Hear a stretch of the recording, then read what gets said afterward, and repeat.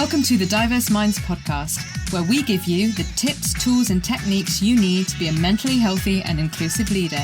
Each week, you'll hear about a variety of topics linked to mental health, well-being, and diversity that will enhance both your professional practice and personal well-being. Welcome to the 78th episode of the Diverse Minds podcast. And today is the last in our series all about self-love. So I've got a real treat for you because we're going to be delving into this more. And as we've just had Valentine's Day and the pressure for heteronormative romantic relationships, I'm going to be joined by the amazing Jasveer Atwal to talk about her project Shelved. Shelved is all about pushing back the notions of having to be married and feel married and to be coupled up by the age of 30. A project manager by day and a well-being and mental health entrepreneur by night. Jasveer started a blog to discuss her journey being over 30 and not married. This transpired into her creating a t-shirt lines with pictures depicting her journey. All the proceeds of these t-shirts go to mental health organizations, and she's also started another business called Azur to help people create sacred healing spaces, as her healing space has been integral to her journey. Her aim in life is to provide a well-being service which provides the comfort blanket people need during stages in their lives. So I'm so excited to be joined by her today. Welcome, Jasveer, to the show. Thank you very much for having me. We're delighted that you could be with us and spare the time because I know you're hugely busy. It's not a problem at all. It's nice to make some time to have these kind of podcasts and talk about things and get my input out there, really. Yeah, thank you so much. And I just read out your bio, as you would have heard.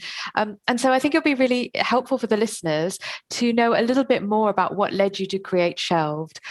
What were the steps? How did it all come to fruition? So I came up with Shelved because I went through a tough time about 10 years ago and I couldn't find anything that I connected with. It used to always seem that there was an issue someone would go through and then there'd be the outcome of them being happy, but there was nothing that ever depicted the journey, the hardness that was in between. And so I wanted that to be my journey so I can put that out there so people could feel that they had something to connect with. That's so true, isn't it, Jasveer, that people see what they see. They probably see you as an amazing entrepreneur, someone that's also a project manager. But I think what you said is really illuminating around you wanted to plot the journey and show people what you'd been through to get to where you are today. It's a hard thing to do for yourself, especially as you're kind of putting yourself out there. It's a lot of vulnerability involved. You also don't know who's going to end up reading it. And then it could be someone that was part of that journey where it was difficult for you and you don't know what their opinion about it is going to be. But for me, it's just kept me going, knowing that someone else might read it and they might find comfort in it. So that's why I'm able to continue it with my full-time job and being able to do this. I find the time sitting on the tube, writing, and now because obviously we've got no commuting, I'm using the time around my workspace to do that. You're very organized, clearly, because I know that I'm not using travel time necessarily in the most helpful way. So, I mean, it's not all the time. It's just whenever I am able to. No, brilliant. Good on you. And so thinking about then your point that you just said about you don't know how people are going to take it, but you know that other people would have been in similar situations and might not be able to talk about it. There is this really good meme, isn't there, that says one day someone's going to read your story and message you and tell you that you've helped them. So do you feel that that's kind of what's happened since you started Shelved? Well, I know a lot of people have reached out because they didn't know where I had been in my journey and the kind of some things that I mentioned other people at that time wouldn't have known. But you start off doing this thinking, you're going to get loads of people reaching out straight away. And I didn't get that, but I did get the one or two. And I now sit here and my mindset has changed because I only wanted it for that one person because I could have been that one person to someone else. And if I'd had that, it may have made my journey a bit easier. And so me giving that to someone else and them reaching out one day and saying that I've helped them in whatever way has always been something that drives me to keep going. And have your family been supportive about your work and what you do? So my mom actually reads my blogs all the time. So for her, she came to me once, she goes, I didn't know you went through all of that. And that's, I suppose, the main thing, really. No one really knows what anybody's going through because everybody has their own situations. They deal with it in the way in which they know how. And obviously for my mom, a lot of what I went through, she wouldn't have because she was of an arranged marriage. She wouldn't have had relationships before. And so she wouldn't have seen this kind of side of how to manage a breakdown of a relationship or relationships as I've been through.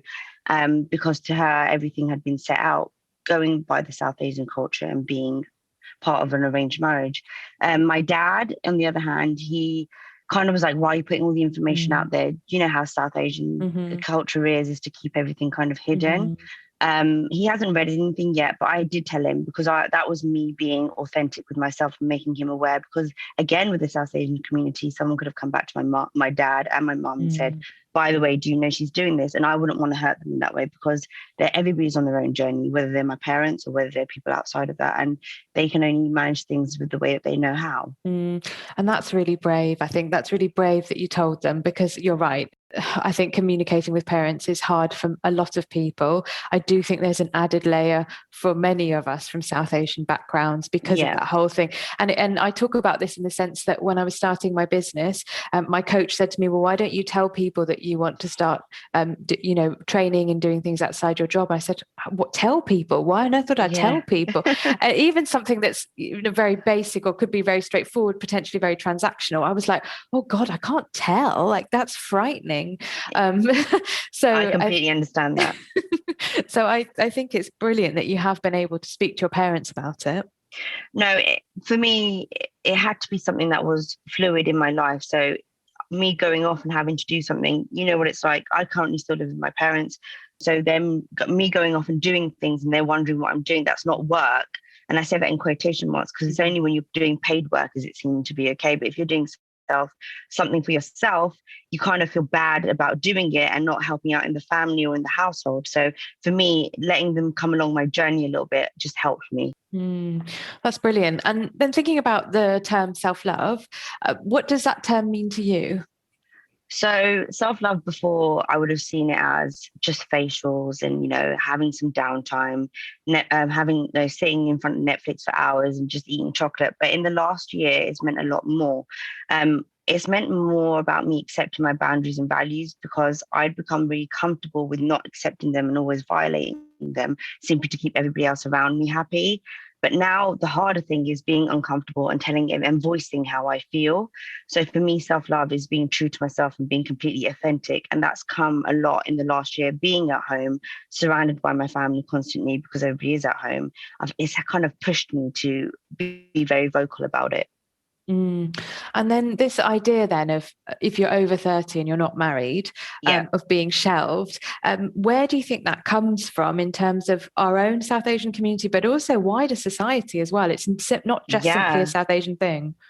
It definitely isn't. You see it in everything. For example, one of the things that I watched was Bridget Jones as I was going through this breakup. And she started off, I'm over 30. I haven't got married yet. I'm X weight. I'm doing this and I'm doing that. So it is absolutely everywhere. It's not something that you can get away from. And it was, for me, I was like 27 when I had my breakup and I was thinking, God, I've only got 3 years until I can get married and then I won't be shelved. And it's just something that seems to happen in society. People just seem to negate the fact that it doesn't mean that everybody does it to everybody else's time frames. At 30, you could be somewhere else completely in your life. And I think people are becoming more accustomed to voicing the fact that it isn't 30 anymore. And it's just something that just needs to be talked about because people are just doing different things and being in different places in their lives.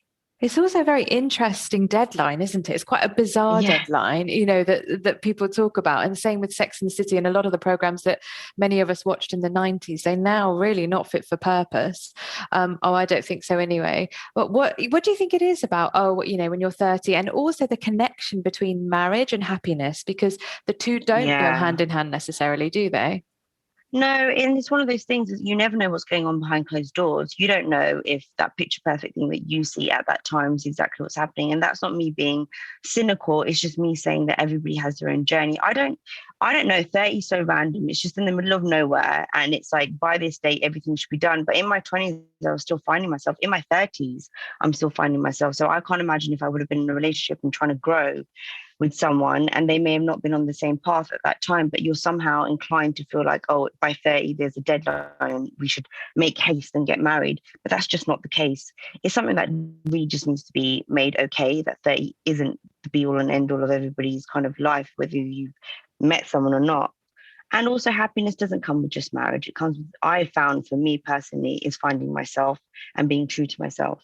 And I think that's a really beautiful encapsulation of self-love, Jasveer, what you just said. It took a long time to get there, and it is a bit of a struggle, but it's one of those things. If you want to work hard at something, it never comes easy, does it? So there was many times before this where I would have been like, okay, I want to change this, then I want to change that. And then I'd be like, oh, it's too much work. And then I wouldn't even try.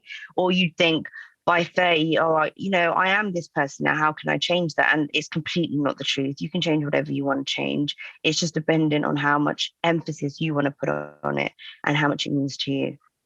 And that whole point about, things take a lot of energy, don't they? Or you want to improve things. Even if you buy a new laptop or a new computer, there's an adjustment period. You have to move things across. Absolutely. Things don't work properly. It's interesting, isn't it? Even though we make those changes and we know they're going to benefit us, there is always an initial phase, whatever it is, that's tricky, that's difficult, that has obstacles. And I think... Absolutely. Yeah. And I think it is that, how do we just be having those conversations with ourselves that, it's going to be better in the long run, but there are going to be obstacles. You will get through it, you will work it out, but it's going to take time. And it goes back to your point that you said about this pressure on haste. It is too much haste with everything. I think also one of the other things is, another way to look at it is that you go to school and you do the hard stuff of learning, etc. And you're made to, at 18, kind of figure out what you want to do for the rest of your life. And you don't really know at that point because you haven't witnessed everything else around you. So this haste makes people jump into things really quickly. And it may not give them the happiness, like you said before, that they want, because that happiness doesn't go in something else. It's something within you. You have to every single day wake up with yourself. So if you want to work on yourself, don't expect anything with haste to make anything different for you outside of that. Yeah, and I think haste can really, this whole pressurizing obviously can impact very negatively on mental health. So thinking about mental health, mental ill health and culture, from our South Asian backgrounds, what do you think are the biggest challenges? And we've sort of talked about this, but in talking about mental well-being in a proactive way inside our communities, but also outside of them, and challenging people's perception of what being South Asian in the UK is. I just think mental health is just such a taboo anyway. It's obviously become more out there and people are talking about more. For me, Fern Cotton and her Happy Place podcast that she did really changed my life, because there are people on there that you wouldn't even think had mental health problems and they were openly talking about them. And that made me want to talk internally in my own house, because it seems to be one of those things that someone's auntie's had this mental breakdown, but no one internally in your own house ever has it. It's always someone, elusive outside of whatever it is. And I just needed, for me personally, in my own mental health, you kind of need people within your house to know what's going on to help you on a day-to-day basis sometimes, because it is such a massive thing and it does take over your life. So if you don't have a safe space for you to talk about it, then how does anybody expect you to manage it? It's like, in my personal experience, I've been told to be strong. And it's just one of those things. It's like, you wouldn't tell me to walk on a broken leg if it was broken. And you can't just be strong just by saying that you're strong. It's something that you have to work on. And so I think mental health just needs to be talked about and not a taboo anymore. And I just think in the South Asian community, it's still such a taboo, and it's becoming more spoken about outside. And I help by sharing podcasts and explaining my story. And again, being vulnerable in my household and telling them how I'm feeling, that's really difficult too, because you always get there, like I said before, you can just be strong and you can get through it. And that's not always the case. Or also that, but don't talk about it too much, because we don't want people to think you're mad. Yeah, or don't tell anybody at work, because then it'll be on your record forever. Or don't go and tell the doctor, because then it'll be on your NHS file. It's like, does it really matter if it's going to be on my NHS file? At the end of the day, I need help, and if I'm asking for it, I'm the one that has to deal with whatever repercussions you guys seem to think are going to come with saying it out loud. And thinking about workplaces then, what do you think workplaces should be doing, can be doing, especially in this ongoing virtual world that we're in, to make it okay to talk about emotions and mental health in a genuine way, taking account of culture and cultural preferences as well? Yeah, it's a difficult one, because I've been in many workplaces and they pass on kind of information for you to talk outside of the workplace about it. It's like me, myself, I have a lot of issues in terms of mental health and things I want to talk about, but you just feel a bit timid in terms of talking to someone. So I think there needs to be a definite structure that you can see where you feel safe and you can be vulnerable to talk about these things. So you can then commit to the job that you're doing, and everybody within that sphere that you're in is able to acknowledge what you go through, but you also don't seem to feel that you're less than anybody else. And I'm finding it quite difficult to find that in workspaces at the moment, which is why I want to create something, my own business, where mental health is the core of it, because I think everybody deals with mental health problems, however small or however big, and there needs to be a better structure out there. And I'm still to find one, to be honest with you.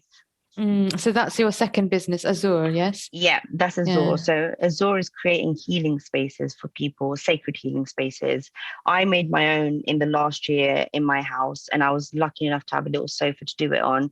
And now, so understanding energy and feeling within a house is something that I'm really inclined to do for people and create that sacred healing space.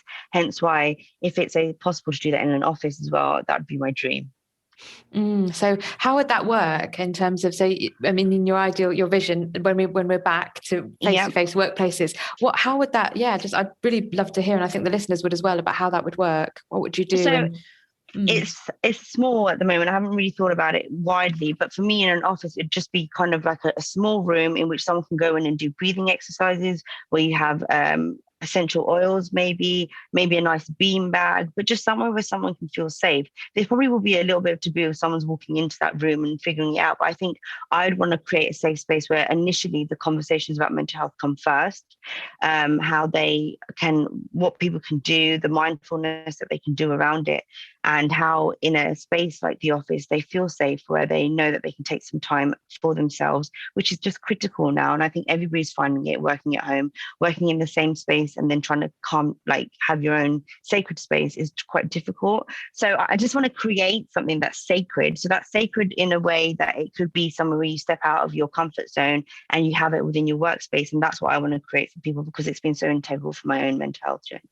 Yeah, and I always bang on about contemplation spaces in workplaces. So there needs to be a prayer space, but also a contemplation space where people can go if they want to use the essential oils. Brilliant. If they don't want to use them, don't use them. Maybe there's some cards, maybe there's some reminders, maybe there's some powerful quotes on the wall. Maybe there's just nice healing music playing in the background. Whatever they want in that space that makes them feel safe is what I want to create for them. So all these things will be available. For example, I'll be selling crystals, essential oils, blankets. I love blankets. They mean so much to me. And I want to provide like a space where they feel like they're in their cozy comfort blanket and they're able to just feel safe. So all these things will be available to them. They can use what they need in that space. And like you said, we have the prayer rooms. So why can't we have places where people who necessarily, sacred doesn't mean to me religious. Sacred to me means something safe for myself. And that's what people need, I think, going forward. I love that. That's brilliant. And I think when we work for ourselves, we're very lucky that we can create those spaces for ourselves, can't we? I think the point about blankets as well, Jasveer, that's very cultural to me. I think we have, I feel like it's quite, I mean, I know it's universal, but I do feel it's quite a global majority diaspora thing. Blankets, the way we use blankets, who gives you blankets, how they're sewn, how they're woven. To me, that really brings in the cultural aspect too. Oh, it's saying that in my own sacred healing space, I've actually got a blanket my grandmother made for me when I was a baby. So you're completely right. And I'd love to talk more about that after this, about the blankets, just to give a bit more insight from your side, if that'd be okay. Yeah, of course. So Jasveer, you're super, super busy. And I just want to ask you, how do you look after your own mental health? You've given us some insights, but if you could share your top 3 tips, what would they be? Yep. So for me, my morning routine is integral for me. Before I used to just get up and rush out and go to work. And obviously we don't have to do that at the moment, but I've created some space and time for me in the morning to ensure that I do some breath work, sometimes a yoga class or a strength training class in the morning. But meditation has been absolutely integral for me. And journaling has basically just saved me, because I've been able to write out my feelings and exactly how I am and get in line for the rest of the day. And I'm not saying the rest of the day is all going to be joy and happiness for me, but it just sets my brain into kind of not rushing, but spending some time with myself. That has been absolutely key for me. And then essential oils, I've mentioned them before. I love smells. So smells for me are absolutely integral to perking myself up, if not anything else. I'm not thinking I'd like to sit here and bathe in them, because not everybody's going to want to smell them, but just having a little bit on for myself, maybe on a tissue or the sleeve of my arm, that's really helped me. And walking has been an absolute lifesaver. I don't have the greatest green space around me, but because I've been walking a lot during this time, I'm able to find something where you can just walk, look at nature and be around nature. So those are the things that I really work with, that help me during the day. I hope that made sense. Sorry. Yeah, completely. And I was going to ask you, what's your favorite essential oil? Because I put on essential oils, but I put them on in the evening. And I really like them, and I have an aroma stone. Oh, do you? Oh, aroma stone. Yeah. I haven't heard of that. I'd be interested to know more about that. I've got ones that mix a lot of lavender, lemon, kind of peppermint, a lot of. Yes. And some of my candles are aromatherapy candles, so they smell absolutely divine. The one I've got here is called Positive Vibes, and it's got sage and peppermint in it, and it's absolutely delightful. Lovely. Yeah. And I sense a really big part of feeling uplifted, I think, for me too. One other thing actually that I didn't mention, I'm probably going to say 4 things, is teas. Herbal teas have been amazing for me. I love pucker tea. I don't know if I'm advertising or whatever, but they do so many variations, and they do this box where you can have like a whole day of different teas. So the teas for me are very comforting and help with my mental health. Me too. Yes. I'm a bit of a tea addict, actually. So am I. Nice to find another one. So Jasveer, sorry, I had one last thing to say. I just said I've read many books and I've listened to many people, and they have all different ways of working for their mental health and how things work for them. But I honestly had to adopt different things from different people and work things out for myself. Again, it's one of those things that it doesn't come easy, but unfortunately you're just trying to work your way through it and figure it out. But in the end, it's worth it. So I would just say to anybody, all the things I've mentioned, and I've also recently started soaking my feet in Epsom salts, and that's really helped me. So I suppose I'm just trying to say is that not one thing is going to help you. There might be a variety of things that do. Yeah, thank you. And I always ask my guests that for that very reason, because everyone has their own methods. And I think it's useful for other people to hear, compare, contrast, try things. If they don't work, don't worry about it. If they do work, brilliant. Yeah. And so if people want to know more about your work, we've talked about Shelved, we've talked about Azur, how should they contact you? How should they find out more? So I can send out my email to you afterwards, which you can add, but I'm highly visible on Instagram at the moment, slowly trying to build up my following. So it'd be great if people could start following me on there. And I've also got a blog, which I do. And I know I've shared all of the information with you later. So I'm happy for you to share that all, but that's how people can get in contact with me. Yeah, so they're in the show notes, and the hashtags are at _shelved, at _Azur, and also it's _ shelved. Oh, okay, sorry. And then two. No, it's fine. Just so you know, because it looks like it's just one. Yeah. Okay, so it's at _Azur_, and Twitter is at Shelved10. Yeah. Brilliant. So yes, and I've also put in your link tree as well, so that's all in the show notes. So please do check that out. Connect with Jasveer, check her out on Instagram. Her work's absolutely brilliant, and we're so lucky to have had her here today. So Jasveer, thank you. Jasveer, a huge thank you. It's been an absolute joy, and we've not met in real life, but hopefully we will, because we're both part of the Inspire Club. Yeah, definitely. But it's really lovely to have you on the show today. Thank you so much for having me. It's been a pleasure talking to you. Thank you so much. Take care, everyone, and I'll see you in March, where we're going to be celebrating International Women's Month with a series of amazing female entrepreneurs. Thanks for listening to the Diverse Minds podcast. Don't forget to subscribe on Apple Podcasts, Spotify, or wherever you access your podcasts from. You can also connect with me on Facebook, Twitter, and LinkedIn. Tune into next week's episode of the podcast, where I'll bring you more insights on mental health and inclusion. Bye for now.